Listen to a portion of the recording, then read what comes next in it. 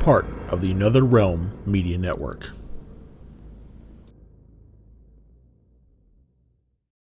Coming up in this episode. For me, that's what made the biggest difference for me in meditation.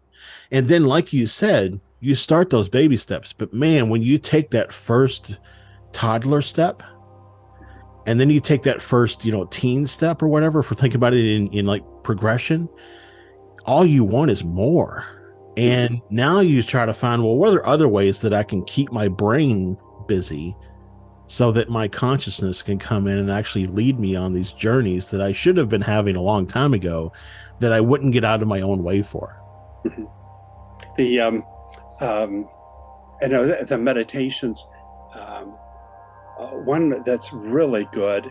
I don't have to do it much anymore, but every now and then I'll count backwards, and I go to my level, which I've already trained myself. If I need to go to level, I put my three fingers together, and automatically everything just settles right down. But in the beginning, I used to count backwards from 200 to 1. And something very simple, and to see the numbers and have it outside your body about 6 feet, away from, not on the back of your eyelids, about 6 feet away from your body, and counting backwards, it does give the brain something to do. Welcome to this episode of Mysterial Experiences, where we delve into the heart of mystery and the ethereal. Today we invite you on a voyage through shadowed realms of the unexplained. From spectral whispers to cosmic enigmas. Join us as we explore tales and phenomena that challenge our understanding of reality, in a quest to uncover truths hidden in the fabric of the extraordinary. Prepare for a journey into the unknown, where each revelation is a step closer to unraveling the mysterial. Hey everyone, thanks for tuning in for another episode of Mysterial Experiences.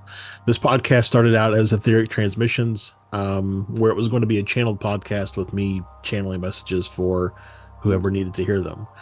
What I've found over the last few months, is that I've been channeling messages my entire life.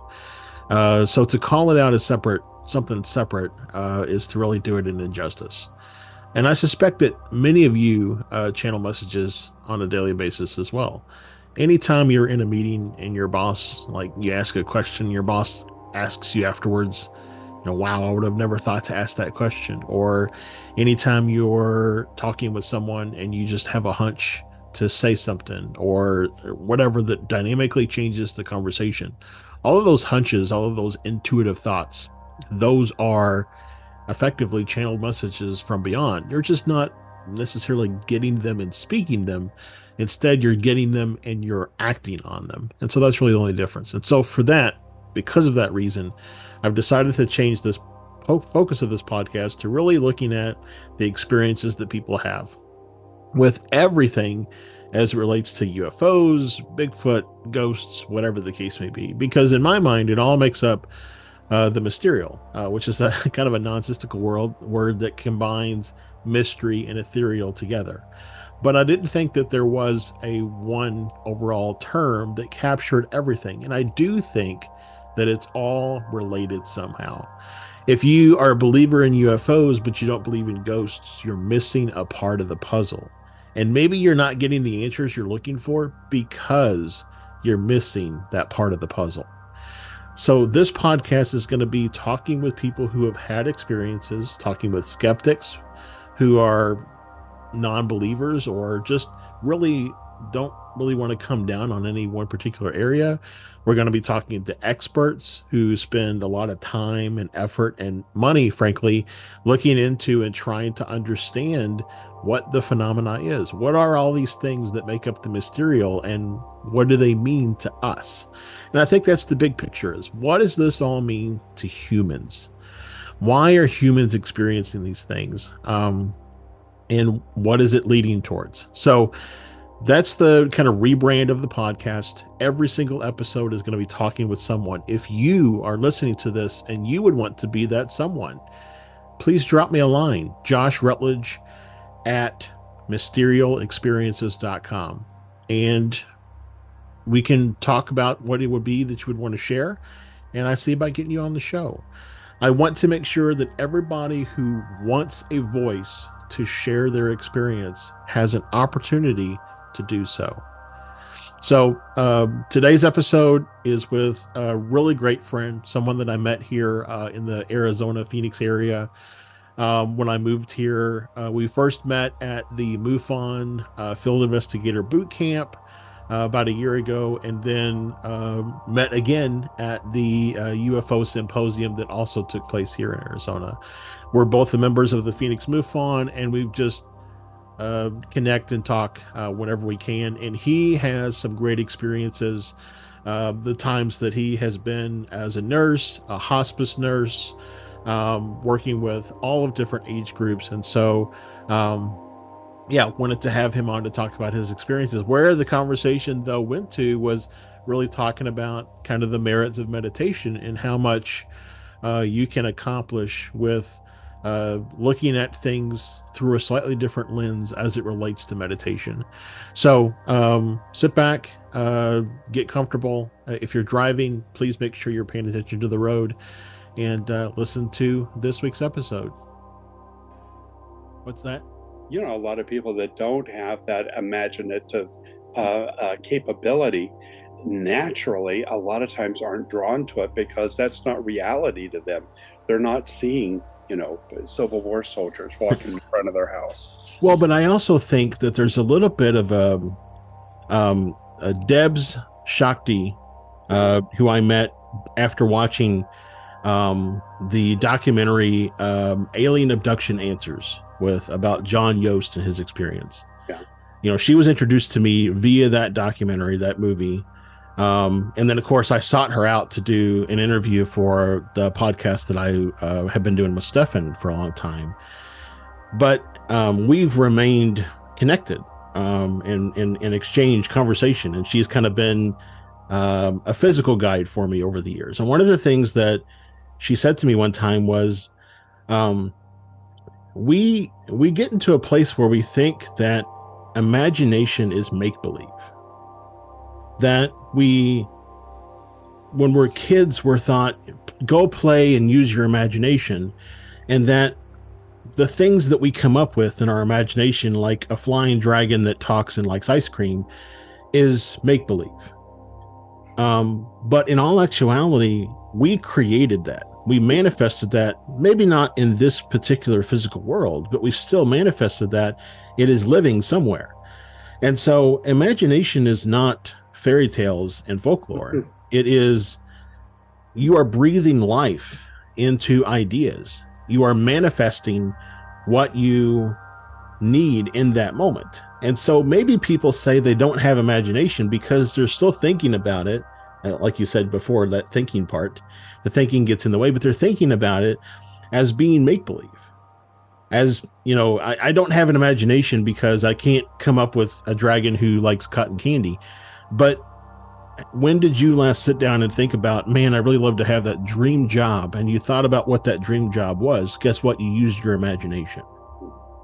So I think sometimes we place our own limitations upon ourselves by assuming that whatever we're doing is wrong, or doing it wrong, or there's some better way that we should be doing it, or whatever. But everybody does what they need to do, how they need to do it for their best good. You, David, may have a completely different meditation experience that I have, but you had the experience that you need to have for where you are in your path and where you are in your life. And I have the meditation experience that I need to have. If I compare my meditation experience to yours, then I've lost the point. But we at least have the common terms that we can communicate that with. And I've seen these people that do kind of struggle with this, which is totally unreal for me because I've never had a struggle with it. So it's kind of interesting when I hear people talk about struggling, and you know, pay attention to their dreams. Then start out small, do baby steps, and it's what you do consistently day after day, even Yeah. though it's tiny little steps that get you to where you want to be. And it's like the tortoise always wins the race. Right. So they are having, something's coming through in the dream state. And, the more you open up to it and the more you focus on that, the more it's going to come to you, because that which you seek is actually seeking you. Right. I also think about it because I am very much I am an analytical thinker. My wife is an analytical thinker. We're two peas in a pod.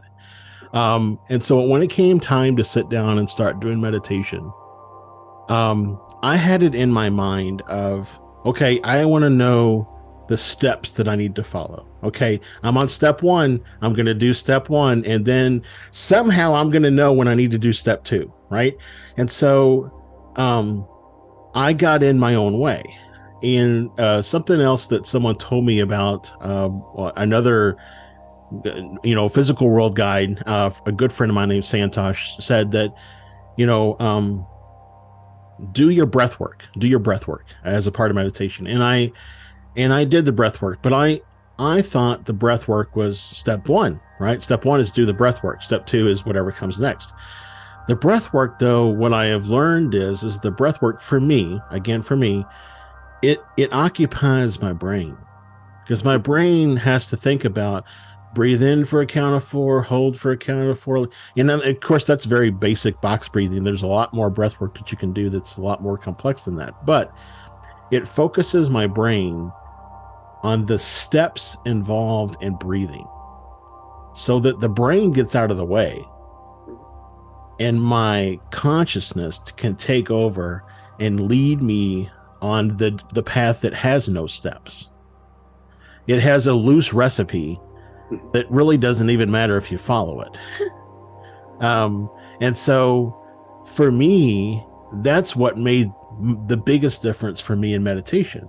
And then, like you said, you start those baby steps, but man, when you take that first toddler step, and then you take that first, teen step or whatever, if we're thinking about it in like progression, all you want is more.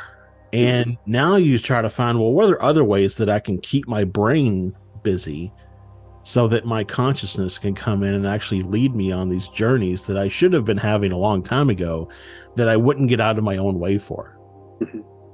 The I know the meditations, one that's really good. I don't have to do it much anymore, but every now and then I'll count backwards, and I go to my level, which I've already trained myself. If I need to go to level, I put my three fingers together, and automatically everything just settles right down. But in the beginning, I used to count backwards from 200 to 1.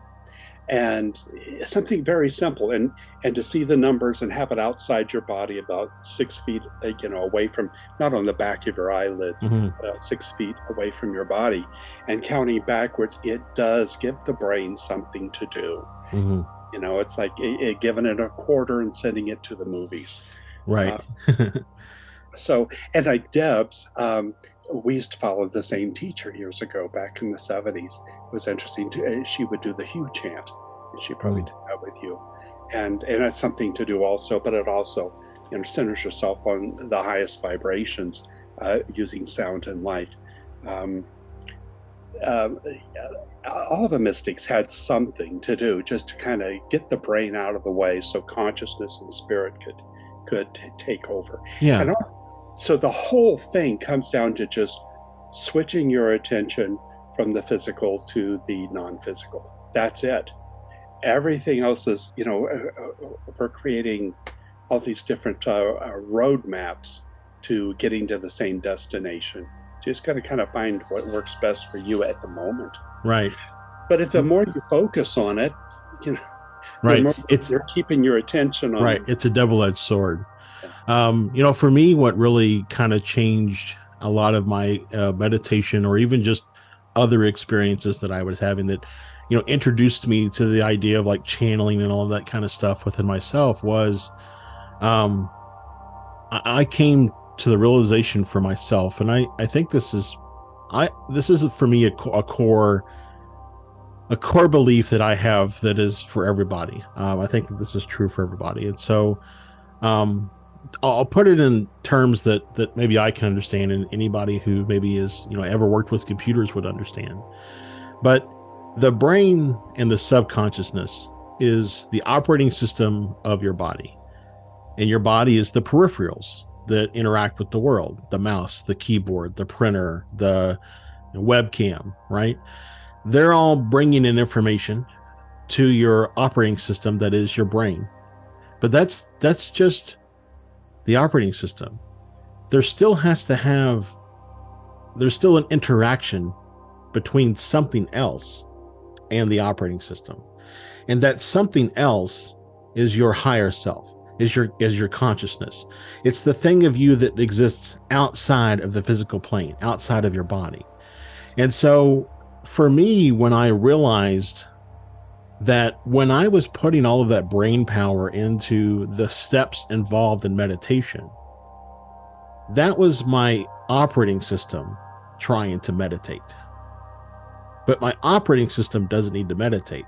My consciousness, the higher thing, the thing behind me up here in the Oort cloud somewhere, that's what needs to meditate. So I removed this from the equation.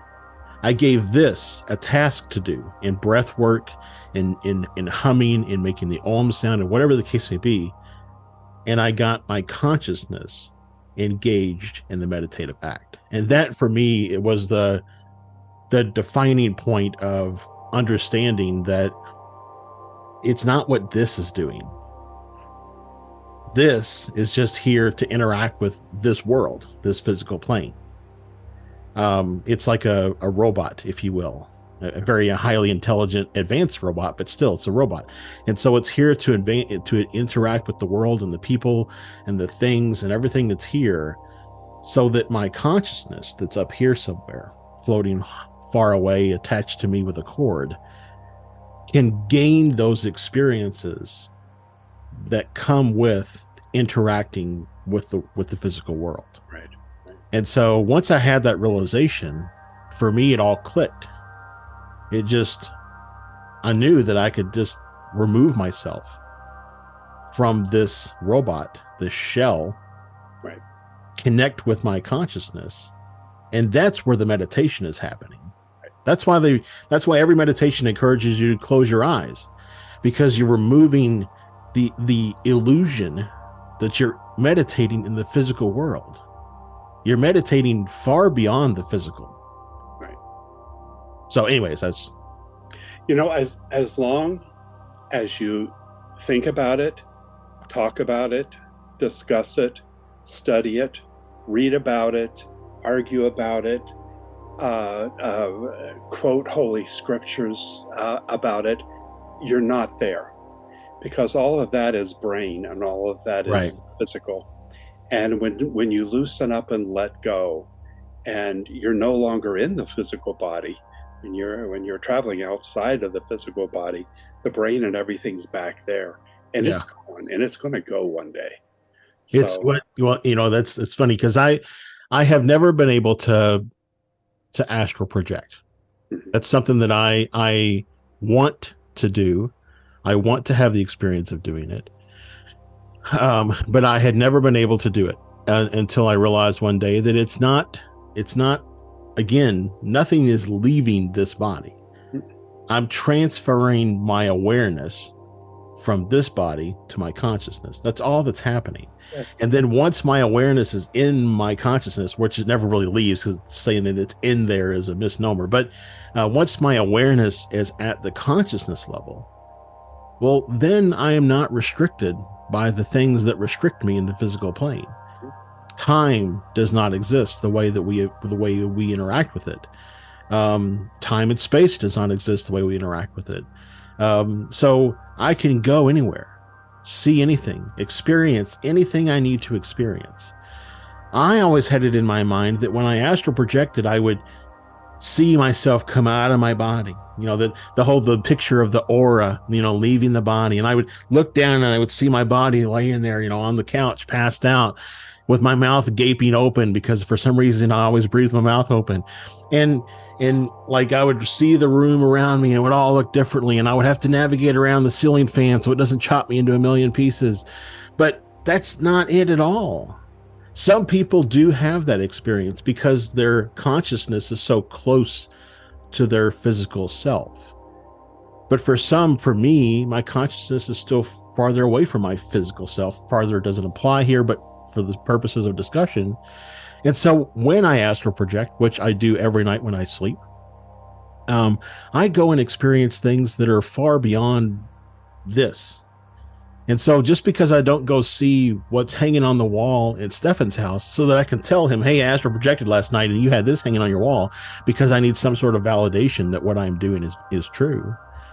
Instead, I go and I experience the cosmos and beyond the cosmos. And so I know now that I'm astral projecting because I've removed where I put my awareness. So I think what you're saying is very valid. You've given another example of, for me, the epiphany that happened when I realized that I was putting too much brain into it. And I think that's probably true of all things that I dub mysterial, whether it be UFO sightings, ghosts, psychic abilities, whatever the case may be, is that you have to remove the brain.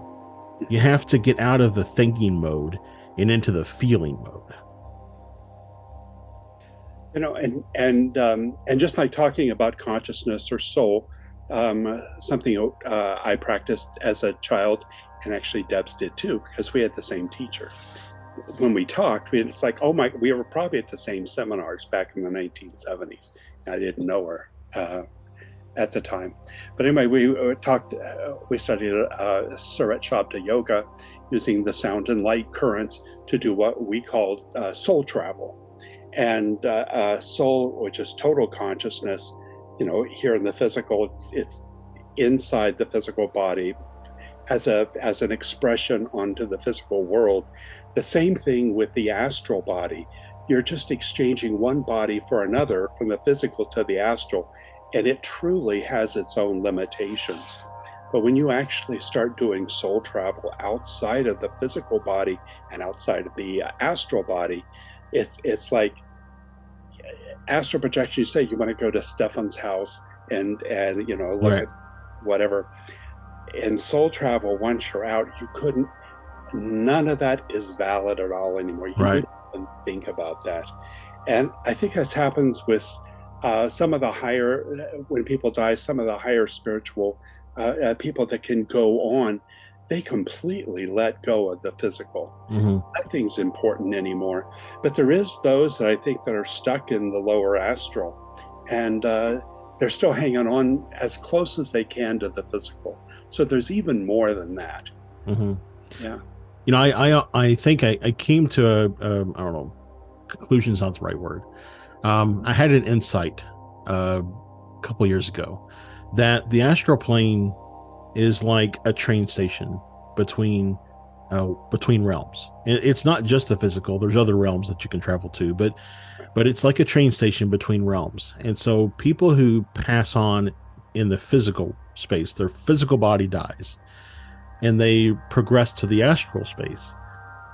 Because it's like a train station, they can still travel to the physical realm. They can interact with things in the astral space, and they can travel to other realms connected to the astral realm. I think it also like soap bubbles that are drifting around. All the spaces in between all the different soap bubbles. All that is the astral. It's the jelly that helps lubricate the travel of the energy body. And so, but going beyond that, like you said, is when you're going past the astral, you're going to whatever is the final destination, which I don't like to necessarily use that word, but I don't have a better word for it right now. But whatever is beyond that level of existence. I'm always, what I think about is there's a Superman cartoon I don't remember which one it was, but there was like he's got this city that was shrunk inside of a glass case. I don't know if you've ever seen Oh that. yeah, It's yeah. like Candor or something like that. It's like this city, and he's it's all the residents are living there, and they're happy go lucky. To me, it's like if I was a resident of Candor in the astral plane, I could experience and interact with everything else in Candor at any given moment and snap of time, just like that. But to go beyond the astral allows me to interact with Superman's world and the world beyond Superman's world.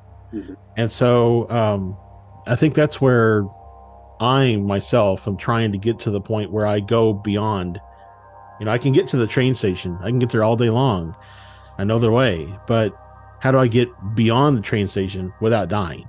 That's the big key. So, It seems to be the farther I've gotten, the more I had to surrender. And instead of trying to get somewhere, I would relax more, release my thoughts, release my focus. And I felt like the door opens inward. And the more I tried to do something, I was pushing the door shut. And the more mm, things kind of drift away, people pass away, everything in life starts drifting away, the more I'm getting from spirit itself. mm, And it's surrendering to it, not trying to grasp it, not trying to go one place or another, just allowing it to be. And it's just as mm, simple as it can be. It's like soul exists because we are loved. That's it. mm-hmm. And I just focus on that and everything else. If you're talking about it, you're not doing it. If you're Right. wondering about it, you're not doing it. If you're trying to get there, you're not doing it. Stop and just, it's like the yogis would just meditate because they just let go of everything in the physical world and just open themselves up to that source. It's very simple, but we make it so complex. Right. Well, And well, we our brains love to be complicated. yeah, and I think we, at least for me, and I can speak for myself and others that I know. We, I think, put a lot of pomp and circumstance into the act of doing some of these things.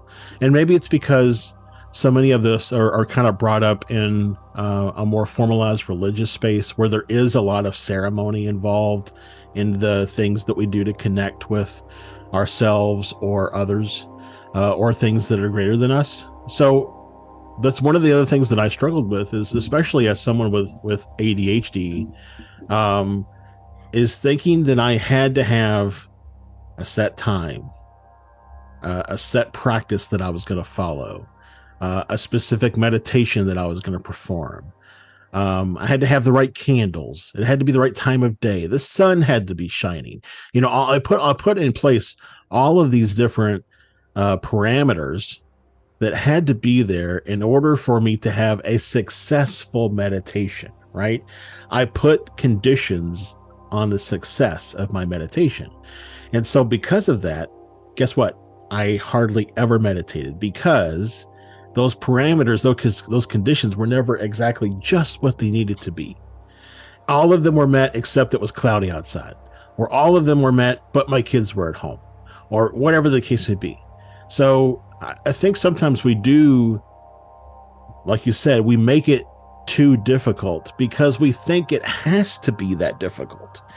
We think in order for it to commune with our higher self, we have to have three candles. Two of them smell like vanilla and one like cinnamon. And we've got to light them in a specific order. And if one of them goes out, we got to start all over again. We have to walk around in a circle three times while pointing the left hand to the sky and the right hand to the ground.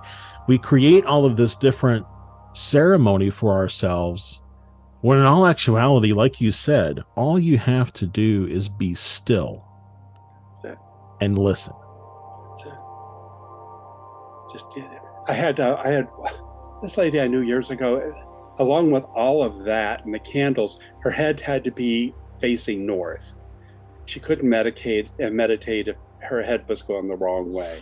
And then someone told her that her house was off kilter, and she thought all this time, these years, I had her head, it ended up her head wasn't facing north for years. And she was just like, oh my God, all this for nothing. And she was into spoon bending. I know people still Oh. bend spoons. And she spent 3 years to be working on this one spoon, trying to bend it. And I just thought all that time and all that focus Mm. on, playing with her little games, and it took her nowhere. But eventually, I think she finally realized, as she's emotionally exhausted, doing all the right things and nothing came of it. So she gave up her attachment to doing all the right things. And the attachments that we personally have bought into, such as religion or whatever, you have to do this, that, and the other. They're illusions. And and all the frustration and everything that people go through, at least they finally learned one thing. It's an illusion. Hmm. Let go. And if it took 3 or 5 years, and they went to all these classes and they argued and discussed God and discussed this and that and tried to figure everything out and still got nowhere, eventually they realized, let go. That's it. It's simple. Just simply Yeah. go. Allow it. That which you seek seeks you. Paul Twitchell said that. I thought that was one of the most beautiful things I ever heard. And I heard him say it like 50 some years ago. And it's just um, stayed with me. and I've heard Joe Dispenza say the same or very similar thing. Oh, did he?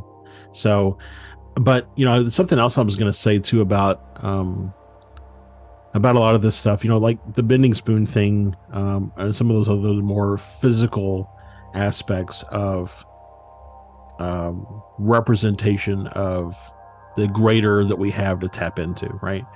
Um, I think that sometimes, and this is definitely me, I have been here.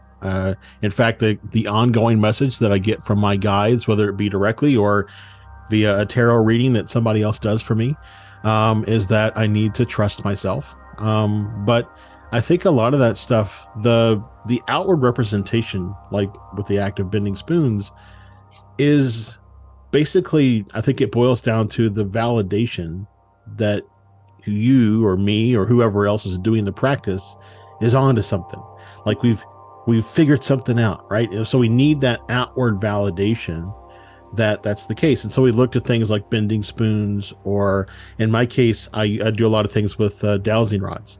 And I get connections and conversations, and I'm looking at ways to test all those things to be able to show that, hey, this is really working. But at the end of the day, it's just really to validate for me that this thing that I found, this connection, this, um, or connection is the best word, to the thing that is bigger than me is valid. And that outward validation from our peers, or even from people that we don't even know, random people on TikTok that like your video, um, for some reason, there's a huge issue of self-doubt within our world. And the people who constantly doubt themselves in all avenues of life, not just in the metaphysical avenues of life. And so maybe it's just a matter of, like you said, letting go. That what you were seeking is seeking you. And also trust that what you're seeing, what you're feeling, what you're hearing, what you're experiencing is valid for you. You know, uh, your neighbor may not have seen anything in the sky that night. You may have both been looking at the sky, and your neighbor saw something and you did not, or vice versa. It doesn't matter because it's meant for the person who saw it. And for that moment, I had someone once say that, the reason they make the little desks and little chairs for first grade so tiny is so that you don't sit in them for the rest of your life. You outgrow them. Yeah. So you have your experience and then you move on, because it's all cumulative.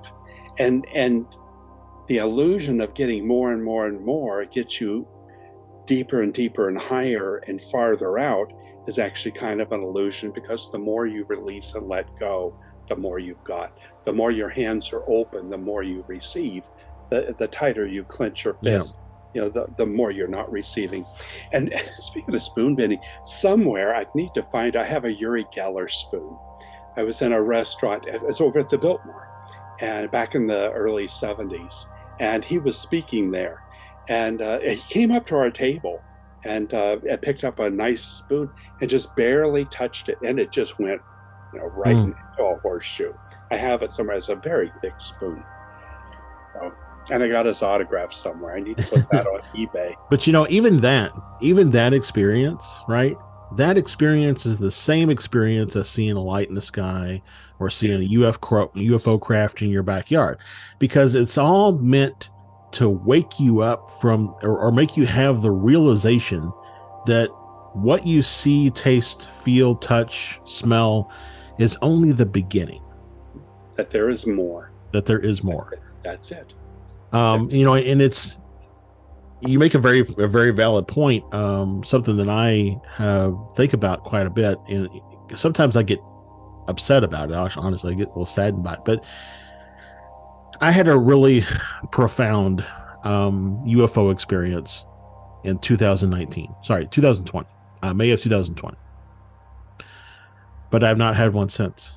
Uh-huh. And I look at all these people who are having these just profound UFO experiences. Oh my goodness, I saw this craft that came and it landed in my backyard, and these three beings got out and they told me that, love is the center of the universe. And I'm like, I want that experience. Why can't that experience pick me? And it's because, and I've this is a realization that I've had for myself, is because that initial experience that you have is an initiation, Mm-hmm. um onto a path in life that will take you to a greater understanding than you would have ever had prior to having it.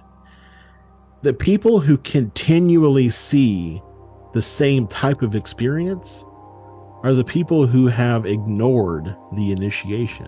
Mm-hmm. So it is continuing to happen for them in hopes that they'll someday realize there's more to life than whatever it is they're experiencing.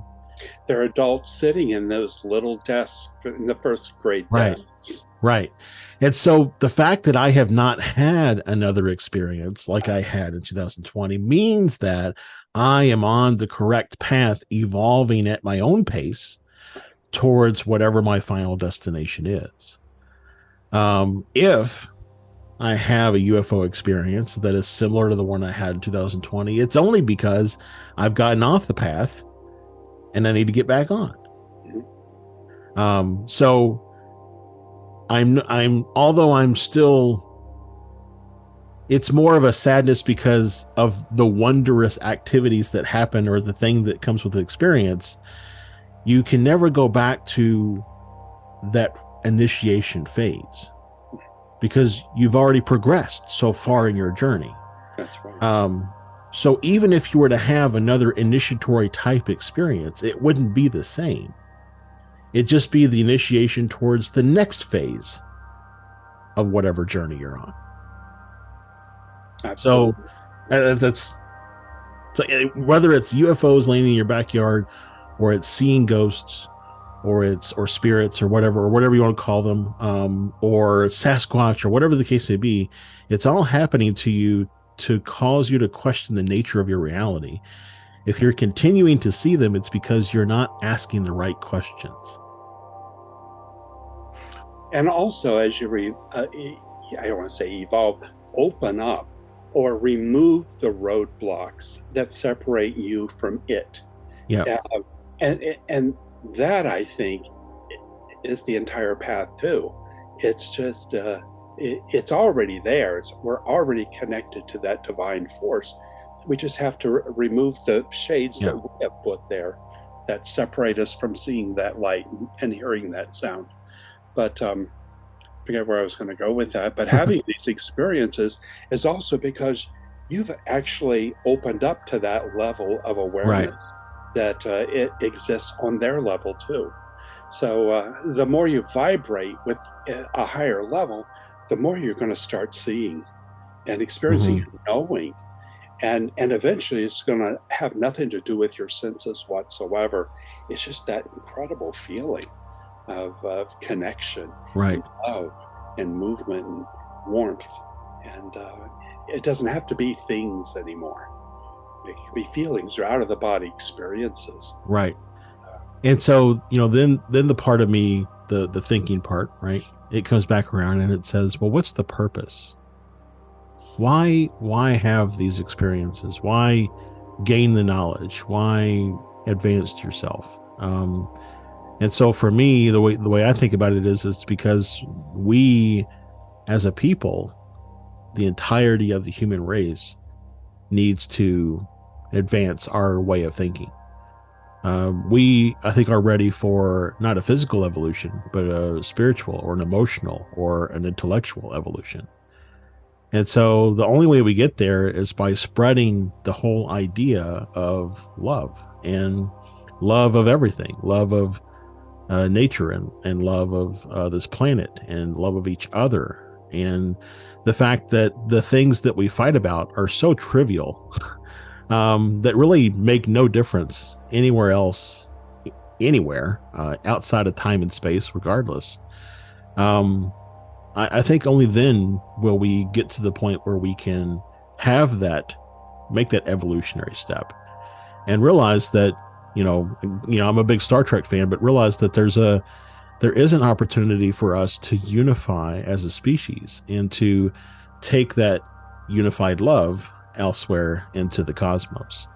Um, and in that regard, I kind of appreciate the steps that Stephen Greer is taking, Dr. Stephen Greer is taking around trying to get people to do CE5 meditations or just meditate on a more regular basis. In his mind, what he has been, charged with or whatever is to get 1% of the world to meditate. And in doing so, it will cause a ripple effect to all cause the rest of us to wake up and realize that, whatever, the things that I just said are true. And so, um, I applaud his effort. I mean, is he a little weird at times? Sure. But, I'm sure what the conversation that you and I just had is probably weird to somebody else. So, um, it's the further you progress in your understanding of reality and the reality that reality is not reality, we can chew on that for a little bit, then the weirder I think you look to those that are vibrating at maybe lower frequencies than what you are vibrating at. And so it's just a matter of realizing that everybody is on their own path and we're all trying to work towards the same goal of raising the vibration of the entirety of the human race, because the things that we fight about and squabble about and frankly hold higher than the value of just human life um, need to change. So It when you look at the physical world, it certainly doesn't seem to be appear to be evolving. But we're having a lot of conflict, which of course every conflict comes with a learning experience. mhm. Either you're conquered or you're the conqueror, and one person gets a party and the other person gets a stick. Right. So um, I think there are certain individual souls, consciousness that are ready to evolve at a higher rate. But it doesn't seem like everybody is at the Mhm. same time. And that's where perhaps reincarnation really is. Maybe it does have a very valid point that it does take several lifetimes to learn the lessons to to loosen up and to Yeah. let go of the attachments. It's simple as that. It's just surrendering to that divine force and letting go of every limitation that you've been taught or Mhm. thought, and that comes with just like I said, the meditations, and you start finding that reality is an inner experience, not the outer world. And the more you vibrate with it, the more Yep. reality it comes through. I tell people quite a bit that I consider myself to be a humanist. In only in the regard of, I think that we humans are capable and accountable to solve our own issues. There is no, um, whether it be God or angels or aliens, there's no one that's going to swoop in and save us from ourselves. We have the power to do that. And I think in having these experiences that cause you to wake and have that realization on your own, maybe starts to make some changes in our environment, right? In our, not just the physical environment, but in our emotional environment, our intellectual environment, so that we start to say, well, hey, I know it's a little more costly to make a solar panel, but it's better for the physical environment if we use solar. So let's go down the road of, putting solar panels on every house in the world. To start thinking about not what's good for a specific country, but what's good for the world as a whole. But I think that, again, those experiences that we have are to wake us up, to put us on that path to discovery. And like you said, from a reincarnation perspective, maybe that waking up action happens 3 years before you die. Mhm. Right. So then you come back with the knowledge, not obtainable because you're born, reborn into a baby body, and you have to relearn how to walk before you can relearn how to talk. But that knowledge is still there and it's obtainable. So then you have the experience in that new life.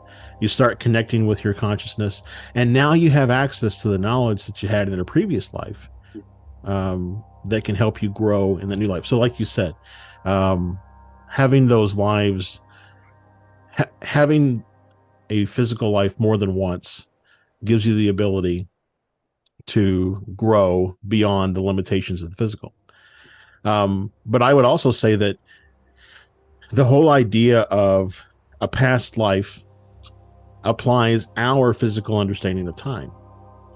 In all actuality, all the lives that you've ever lived, ever will live, or ever have lived have already been lived, because time and space exist differently for the consciousness that lives outside of the physical.